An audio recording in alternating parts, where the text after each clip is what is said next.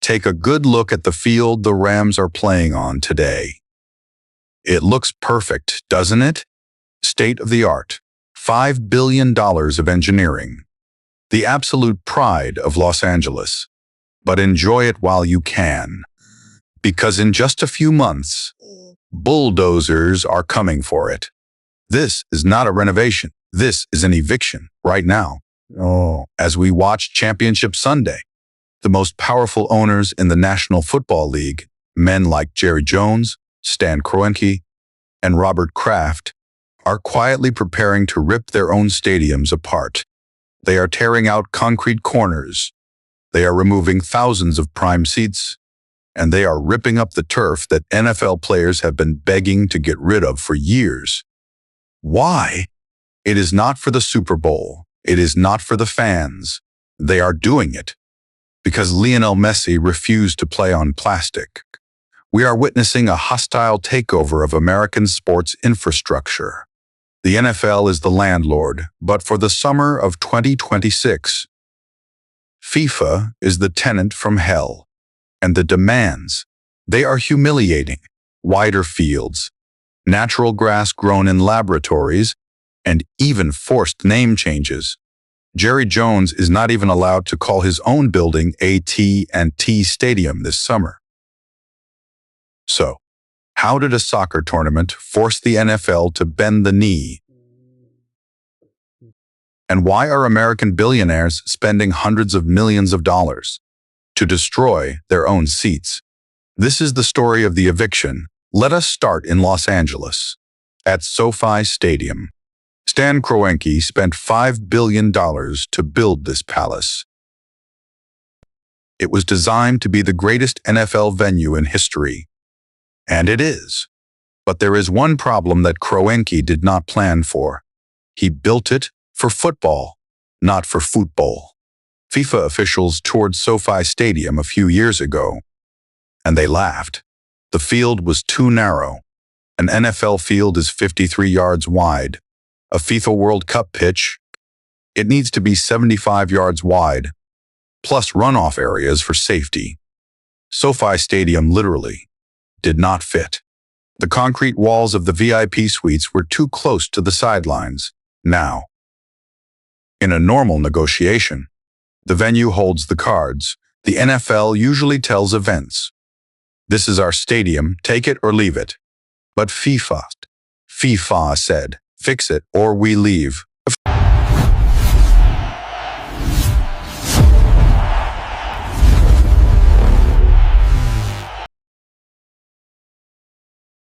Let us start in Los Angeles. At SoFi Stadium, Stan Kroenke spent $5.5 billion to build this palace. It was designed to be the greatest NFL venue in history. And it is. But there is one massive, arrogant problem that Kroenke did not plan for. He built it strictly for American football. And he completely ignored the rest of the world, see? FIFA officials toured SoFi Stadium a few years ago, and they laughed. The field was simply too skinny. An NFL field is exactly 53.3 yards wide. That is the standard. But a FIFA World Cup pitch? It needs to be 75 yards wide, plus massive runoff areas for safety. SoFi Stadium literally did not fit. The concrete walls of the luxury VIP suites were built too close to the sidelines. In the NFL, if a player runs out of bounds and hits a wall, they call it part of the game.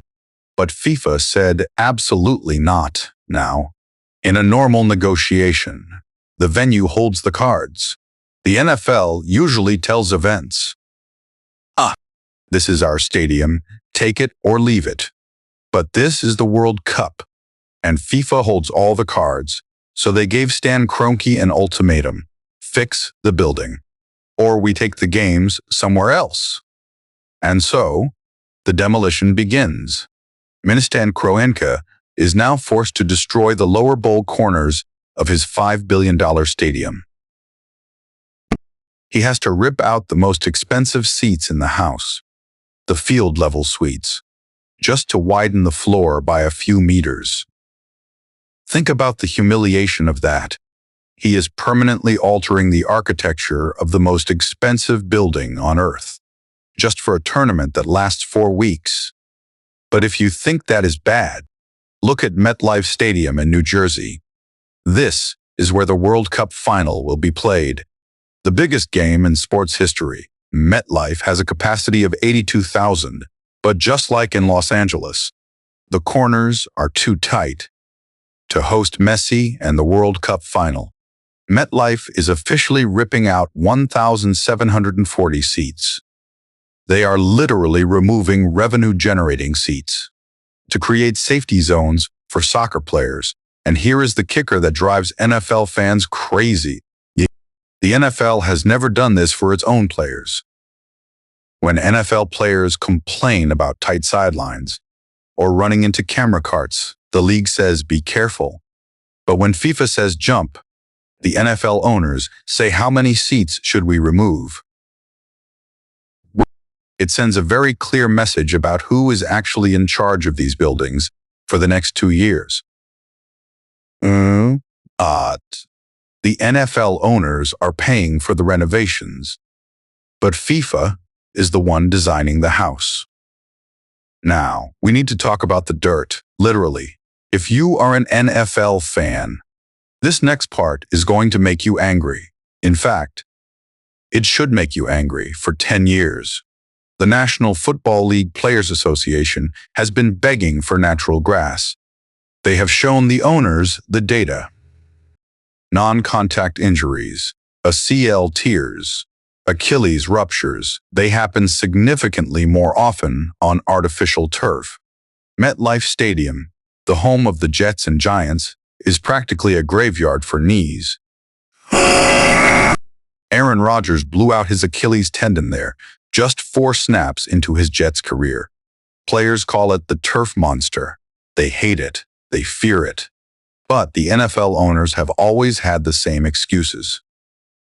It is too expensive to maintain grass. Or, we cannot grow real grass in a dome. Or, the stadium gets too much traffic.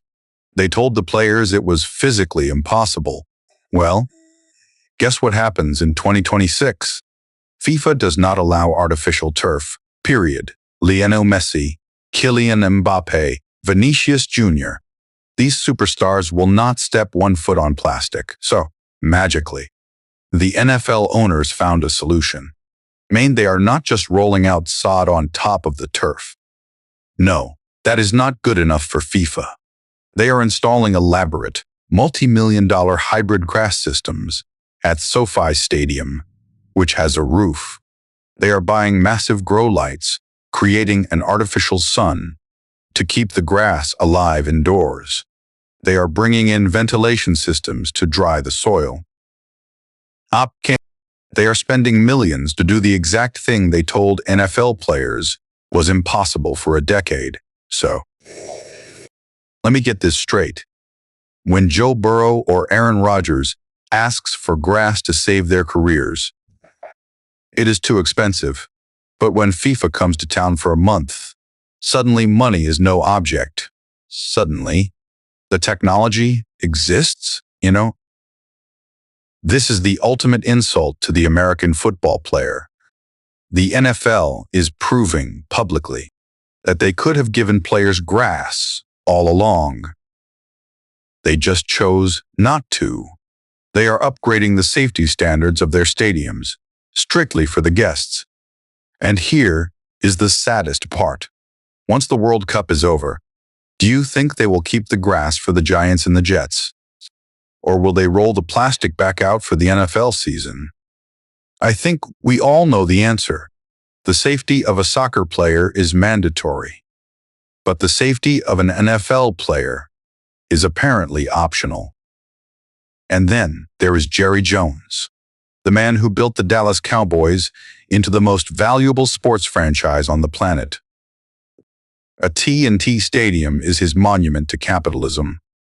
But in the summer of 2026, a T&T Stadium ceases to exist. According to FIFA regulations, stadiums cannot have corporate names unless that corporation is a FIFA sponsor. AT&T is not a sponsor.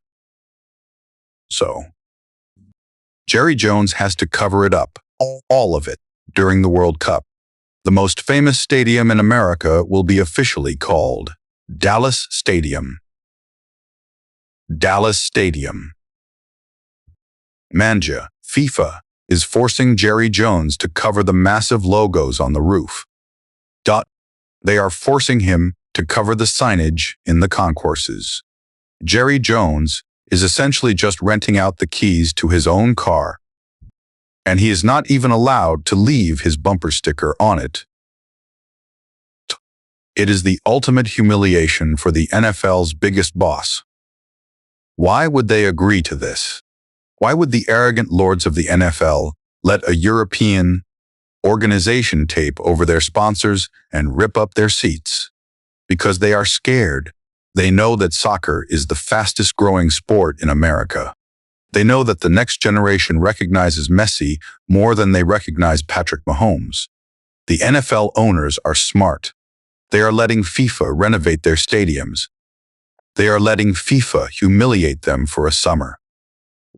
Because they want to own the future. But when you watch the games today, remember that the ground beneath their feet is temporary. The NFL is king on Sunday, but the eviction notice has already been served. What do you think? Is it disrespectful for the NFL to change everything for Messi? Or is it just business? Let me know in the comments. I will see you in the next one.